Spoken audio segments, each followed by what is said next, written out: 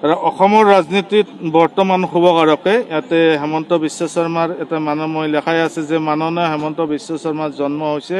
1-2-69 চনত মাঘ মাহ 18 মাঘ শনিবাৰ সময় হৈছে প্ৰাতঃ 5:55 জন্ম হৈছে যোৰহাটত তেওঁ গতিকে 15 বছৰ নক্ষত্ৰত জন্ম লৈছে চতুৰ্থ ভাগ্যচৰণত জন্ম বৰ্তমান কিন্তু ত্ৰিপাপৃষ্ঠ টেম্পাৰটো বেছি আছে তেওঁ খংটো বেছি বৰ্তমান গতিকে ইটো পক্ষৰ পৰা অলপ সাৱধান কাৰণ ত্ৰিপাপৃষ্ঠ আছে ত্ৰিপাপে মৃত্যু বুলি কয় ত্ৰিপাপৃষ্ঠটোৰ পৰা সাৱধান কেতু ৰবি কেতু ত্ৰিপাপ গোটেই এটা অক্ৰাকাৰক গ্ৰহ গতিকে নিজে কিছুমান শুভকাৰক হ'ব লাগিব নিজক নিজেয়ে এইটো কাৰণ কিয় ত্ৰিপাপৃষ্ঠটোৰ পৰা কিন্তু তেওঁ দশা শ্ৰেষ্ঠ আমি দশা শ্ৰেষ্ঠ গতিকে যোৱা বছৰ শুক্ৰ দশা শপত গ্ৰহণ সময়ত 10 নৱেম্বৰ 2027 চনলৈ তেওঁ শুক্ৰৰ দশা চলি আছে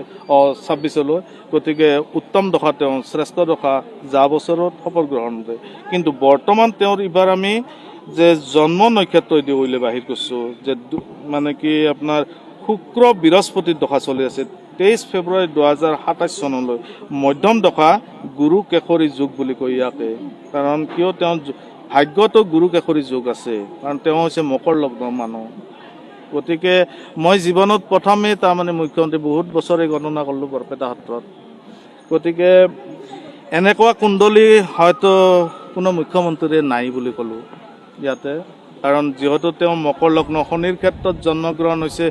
ভাগ্যত বৃহস্পতি আৰু কেতু আছে দৈত্যগুৰু তেওঁক দেখাই দি আছে শনিৰ ক্ষেত্ৰত যিহেতু জন্মগ্ৰহণ হৈছে শনি ইটো বছৰৰ তৃতীয় স্থানত তেওঁ জন্মতে য'তেই আছিল শনি সেই স্থানতে শনি বহি আছে গতিকে যিমানে তেওঁ পাপযুক্ত গ্ৰহই ঘেৰি নধৰক কিয় শনিৰ বুদ্ধিত নানা পক্ষত ফলৱতী হ'ব তেওঁ কিন্তু 2 মাঘৰ পৰা ৰাহু কেতুৰ প্ৰভাৱ পৰিব 1 বছৰ 6 মাহলৈ সাৱধান ইংলিছটো মই ক'ব পৰা নাই 2 মাঘৰ পৰা ৰাহু আৰু কেতুৰ প্ৰভাৱ পৰিব সেইটো 1 বছৰ 6 মাহলৈ তাতে মই লিখি থৈ দিয়া আছে কলহ হাইকেজিয়া অভিমান মানহানি মনকষ্ট